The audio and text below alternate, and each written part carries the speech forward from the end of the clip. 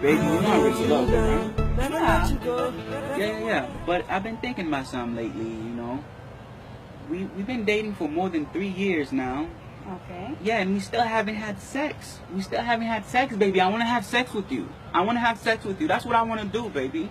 It's part of my religion. I only have sex after marriage. Yeah. I've explained that to you. I know that, but it's like you never get turned on, you never get horny. I never touched your vagina before. I never got a chance to even touch or see your vagina. Maybe if a man proposed to me the way they're supposed to, Okay. I would probably get turned on. All right, well, in that case, say no more.